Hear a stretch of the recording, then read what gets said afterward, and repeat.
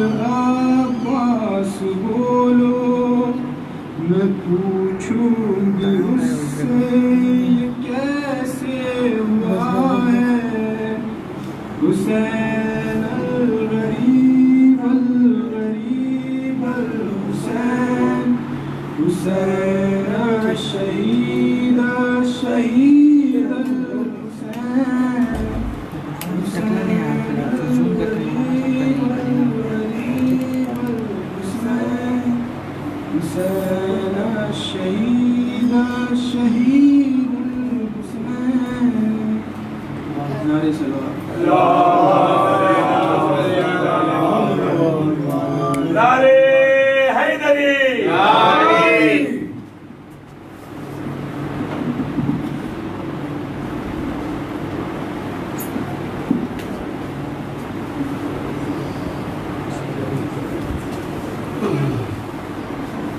صلوات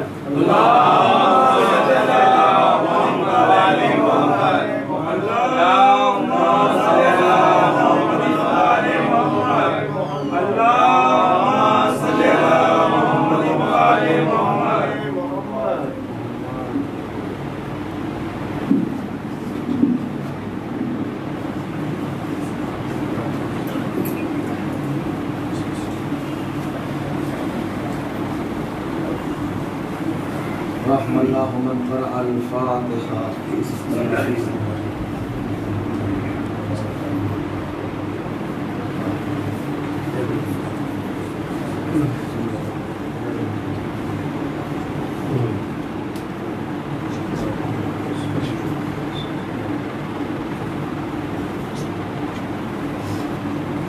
اعوذ باللہ من الشیطان اللعین الرجیم بسم اللہ الرحمن الرحیم الحمد للہ الذی لا یبلغ مدحته القائل ولا یحصی نعماءه العادل ولا یؤدی حقه المجتہد الذی لا یدرکه بعد الحمم ولا يناله غوث الفتن الذي ليس لصفته حد محدود ولا نعت موجود ولا وقت معدود فطر الخلائق بقدرته ونشر الرياح برحمته وبدد بالصخور ميدان أرضه والصلاة والسلام وتحية والإكرام على بشير النذير وسراج المنير جد الحسن والحسين أبي القاسم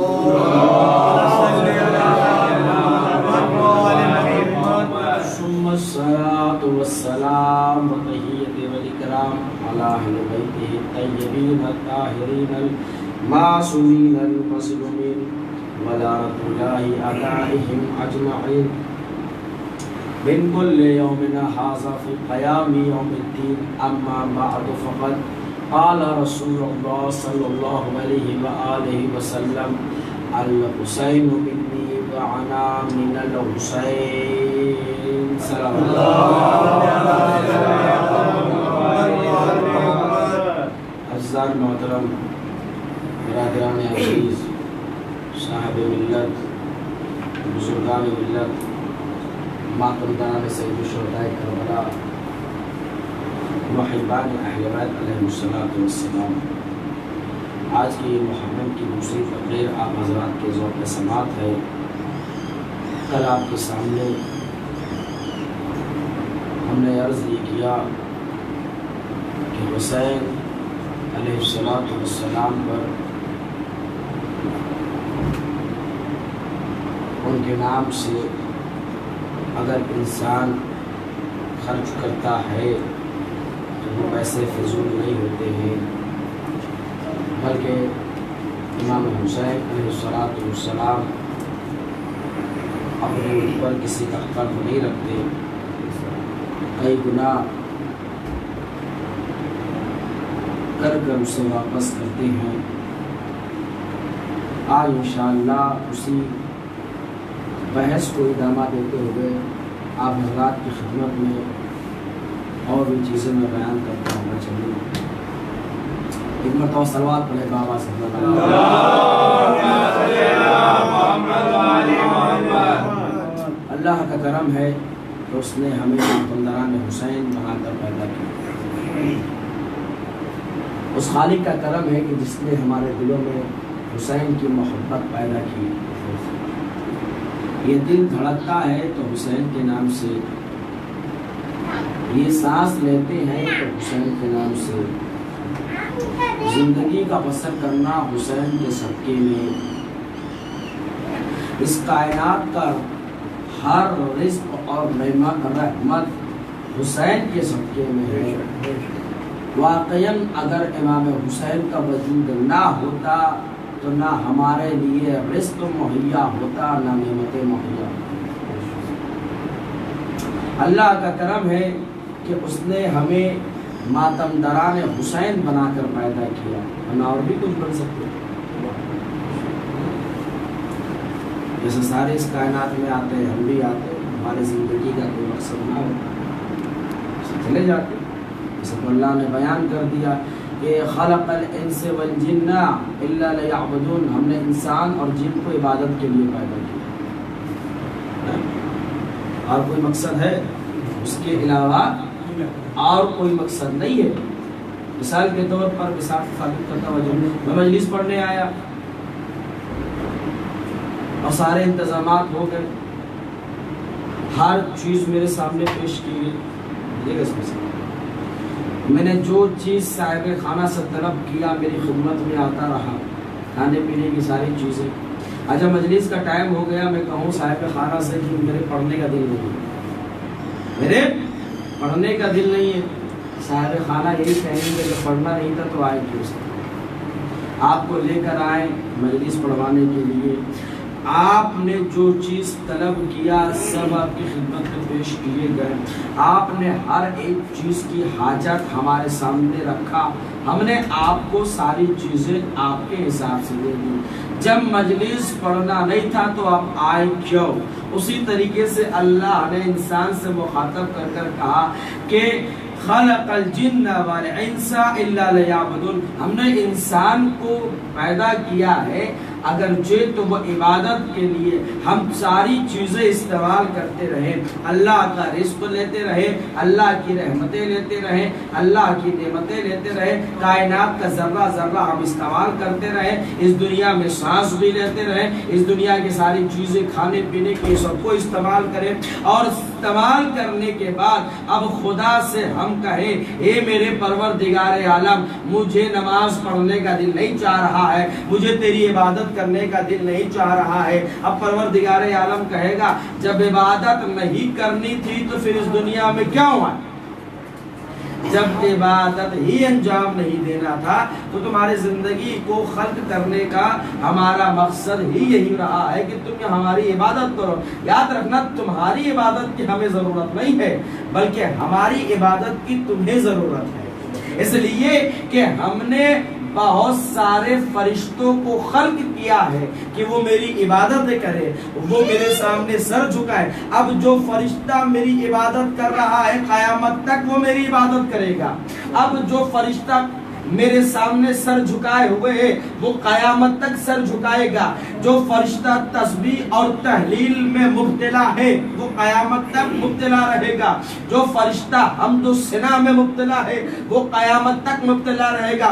نہ تمہارا حمد و ثنا چاہیے، نہ تمہاری عبادتیں چاہیے، نہ تمہاری تسبیح و تحلیل چاہیے، نہ تمہاری نمازیں چاہیے، نہ تمہارے روزے چاہیے، نہ تمہارے حج و زکوٰۃ چاہیے۔ اے میرے خدا ذرا یہ تو بتا دے کہ جب کچھ نہ چاہیے تھا تو ہمیں بھیجا کیوں اس کائنات میں، اور جب اس کائنات میں بھیج دیا اگر کوئی یہ چیزوں کو اعمال کو انجام نہ دے پھر کہتا ہے اگر نہیں اور کچھ اور ہوگا، اگر بغض حسین میں عبادت کرو گے اس عبادت کا نتیجہ کچھ اور ہوگا۔ صلوات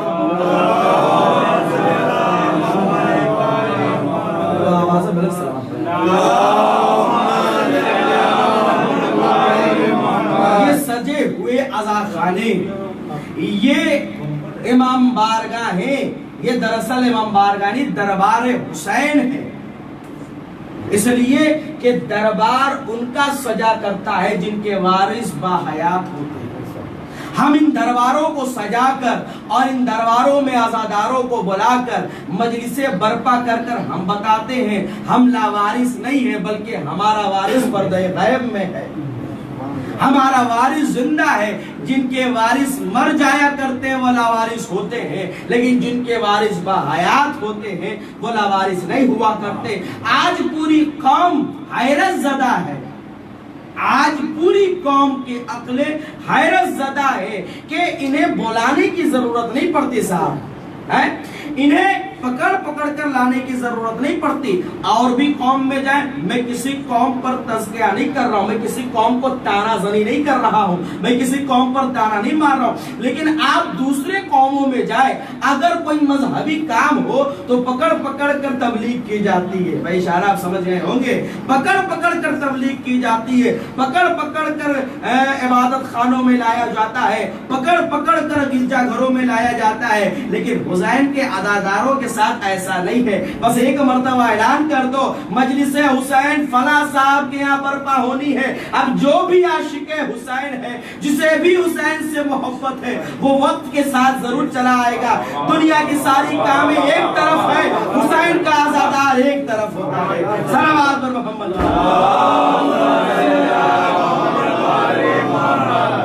اب دنیا کی ساری کاموں کو ہم نے ایک طرف رکھ دیا، نہ میٹنگ، نہ آفس، نہ گھر، نہ بار، نہ بزنس، نہ مصروفیات، کچھ نہیں، کوئی چیز نہیں، کیونکہ حسین کی مجلس میں جانا ہے۔ یہ دولت حسین کے صدقے میں، یہ زمین جائیداد حسین کے صدقے میں، غور کیجئے گا، یہ دولت حسین کے صدقے میں، یہ زمین جائیداد حسین کے صدقے میں، یہ شہرت حسین کے صدقے میں، یہ عزت حسین کے صدقے میں، یہ کمائے ہوئے پیسے حسین کے صدقے میں۔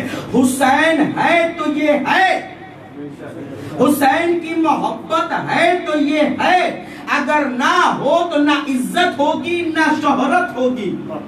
میں نے بہت سے پیسے والے پڑھے ہیں اس کائنات میں، آپ ذرا دیکھ لیں، ویسے آج کی دنیا بھی یہی ہے کہ اگر پیسہ کسی کے پاس ہو جائے زیادہ اس کی عزت بہت ہوتی ہے، لیکن افسوس ہے اس بات پر، دولت کی عزت جو ہوتی ہے بس اس کائنات میں ہوتی ہے۔ میں جملہ کر رہا ہوں، دولت کی بنا پر جو عزت کی جاتی ہے وہ فقط اس کائنات میں کی جاتی ہے، لیکن حسین کے صدقے میں جو دولت، حسین کے صدقے میں جو عزت اور شہرت ملے گی وہ اس دنیا میں بھی کام آئے گی، آخرت میں بھی کام آئے گی۔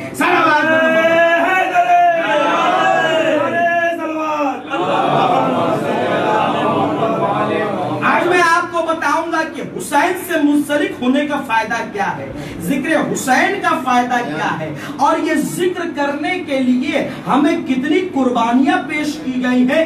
آپ حضرات غور فرمائیے گا، کہا کہ اگر حسین ہے تو سب ہے، اس لیے کہ ان ساری چیزوں کو بچانے والا حسین ہے۔ واقعاً قیامت تک کی مثال میں آپ کے سامنے پیش کر دوں، خدا ہوتا پر خدائیت نہ ہوتی، اسلام ہوتا اسلامیت نہ ہوتی، انسان ہوتا انسانیت نہ ہوتی، مذہب ہوتا مذہبیت نہ ہوتی، ورنہ کوشش تو یہ کی گئی تھی کہ نہ اسلام بچے، نہ دین بچے، نہ خدا بچے، نہ محمد بچے۔ اللہ کا ارادہ کچھ اور ہے، سارے پلانوں پر پانی پھیر دیا، کہا کہ تم ہمیں مٹانا چاہتے ہو، ہم ایسے کو لائیں گے جو تمہیں بھی مٹا دے گا، تمہارے مقصد کو بھی مٹا دے گا، جو تمہیں بھی مٹا دے گا، تمہارے مقصد کو بھی مٹا دے گا۔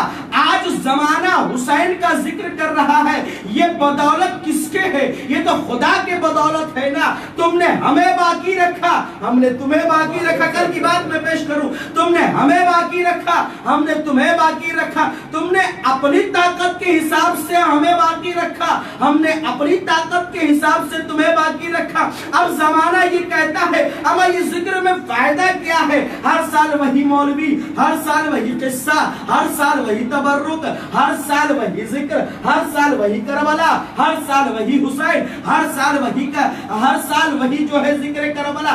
آخر یہ ذکر میں فائدہ کیا ہے؟ یہ ذکر انہیں دیتا کیا ہے؟ یہ ذکر انہیں بتاتا کیا ہے؟ یہ ہر سال ایسا کیوں کرتے ہیں؟ بس میں پوچھنا چاہتا ہوں، اگر یہ سوال ہے تو آئیے ایک سوال ہم بھی پوچھتے ہیں۔ ہر روز وہی نمازیں، ہر روز وہی سورہ حمد، ہر روز وہی پارہ قرآن، ہر روز وہی خدا کا ذکر، آخر قرآن کی تلاوت تمہیں کیا عطا کرتا ہے؟ کہ قرآن کی تلاوت سے کوئی فائدہ نہیں ہے، قرآن کی تلاوت سے ہمیں فائدہ ہے، اس لیے کہ انسان قرآن کی تلاوت، غور سے سنیے گا، انسان قرآن کی تلاوت کرے گا تو قرآن کی آیتیں اسے حیات بخشیں گی، اسے قرآن عزت بخشے گا، اسے قرآن شہرت بخشے گا۔ تو اب بات سمجھ میں آئی چاہیے، جہاں بقا چاہیے وہاں قرآن کا سہارا لیا جاتا ہے، اور قرآن کو جہاں بقا چاہیے وہاں ذکر حسین کا سہارا۔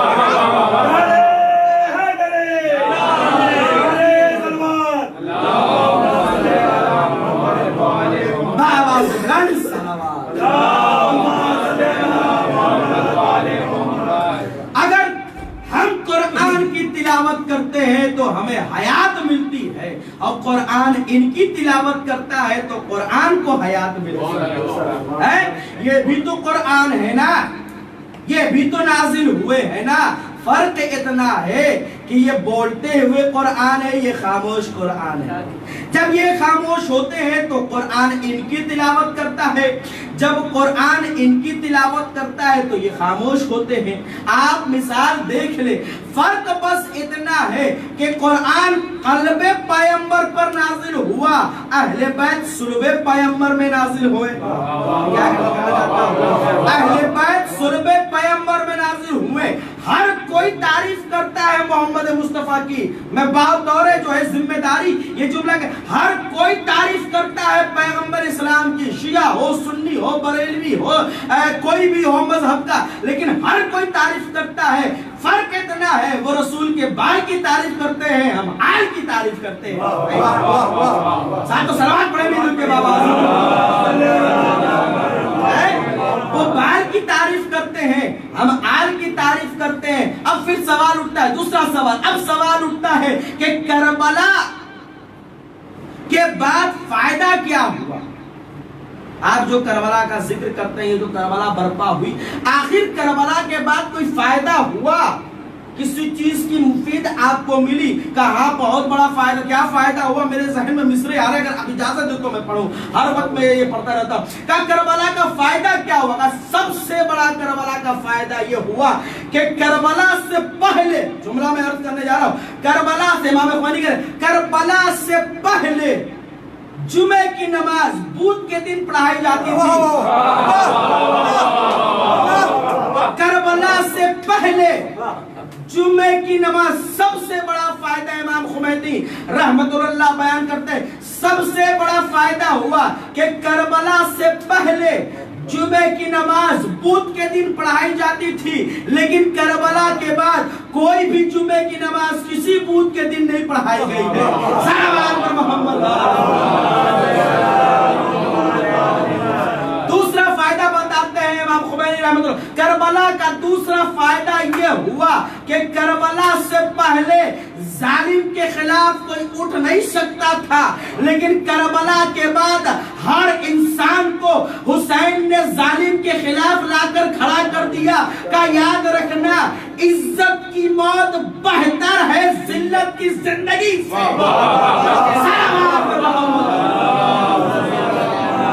لبیک یا حسین، لبیک یا حسین، لبیک یا حسین، لبیک یا حسین۔